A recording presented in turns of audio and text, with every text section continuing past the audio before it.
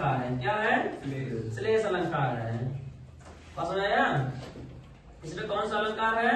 श्लेष अलंकार। यानी मनुष्य को अपना इज्जत पानी बचा कर रखना चाहिए। पानी का यानी एक ही पानी का 3 बार निकला ना अर्थ उसका आई नहीं।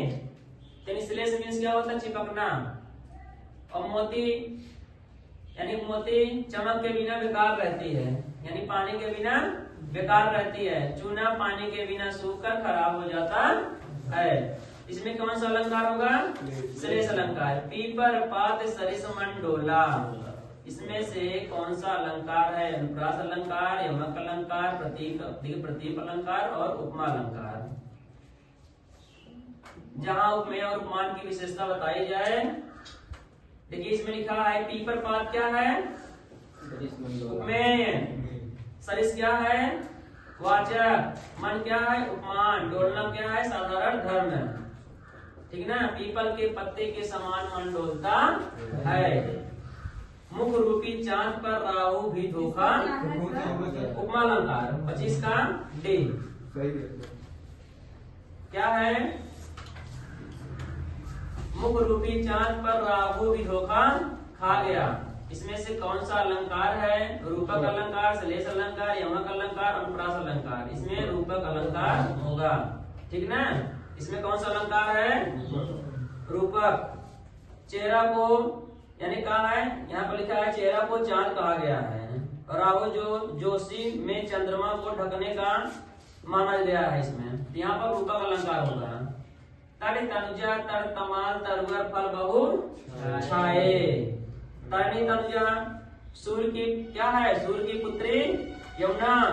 तट क्या है? एक कांट का किनारा है, उस वृक्ष का किनारा है। तमाल तरुअर क्या होता है? तमाल वृक्ष है, एक प्रकार का वृक्ष है। ठीक ना? ता की आवृत आई है, इसमें क्या होगा?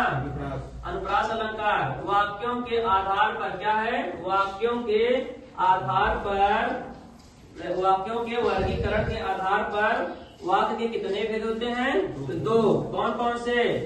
एक होता है रचना या बनावट के आधार पर, एक अर्थ के आधार पर।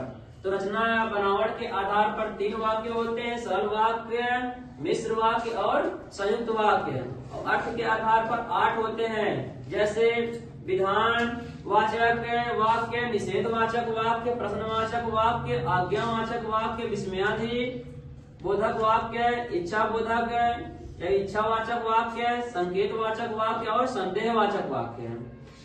पूस की रात की कहानी के लेखक का नाम बताइए।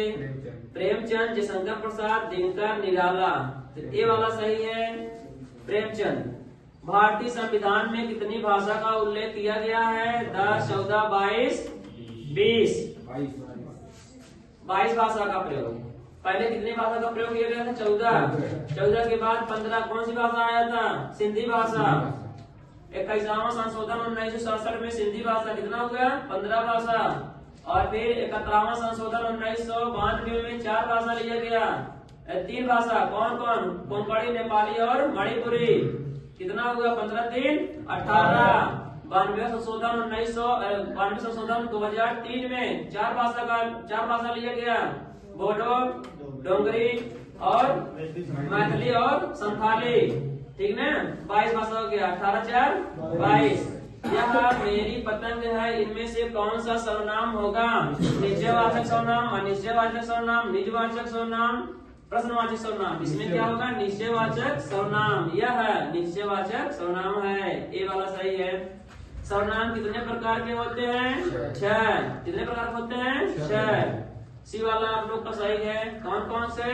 पुरुषवाचक सर्वनाम, निश्चयवाचक सर्वनाम, अनिश्चयवाचक सर्वनाम, संबंधवाचक सर्वनाम, प्रश्नवाचक सर्वनाम और निजवाचक सर्वनाम। रक्षाबंधन कौन सी संज्ञा है? व्यक्तिवाचक संज्ञा, समूहवाचक संज्ञा, जातिवाचक संज्ञा और भाववाचक। यहाँ पर क्या होगा? व्यक्तिवाचक संज्ञा होगा। क्यों होगा? क्योंकि रक्षाबंधन एक त्योहार का नाम है। सुनाया?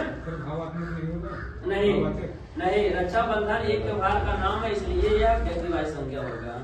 पुस्तक शब्द संज्ञा होगा। जातिवाचक संज्ञा, भाववाचक संज्ञा, व्यक्तिवाचक संज्ञा, समूहवाचक। तो पुस्तक क्या होगा? जातिवाचक होगा। विशेष पुस्तक का नाम लिखा ही नहीं गया है कि नहीं? देखिए, अर्थ के आधार पर संज्ञा के कितने भेद होते हैं, या अर्थ के आधार पर संज्ञा कितने प्रकार के होते हैं? 4, 5, 8, 2, तो 5 प्रकार के।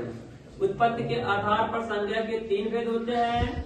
कौन कौन? व्यक्तिवाचक संज्ञा, जातिवाचक संज्ञा, भाववाचक संज्ञा। मगर अर्थ के आधार पर संज्ञा के 5 भेद होते हैं। व्यक्तिवाचक संज्ञा, जातिवाचक संज्ञा, भाववाचक संज्ञा, पदार्थवाचक संज्ञा और समूहवाचक संज्ञा। अब देखिए खत्म।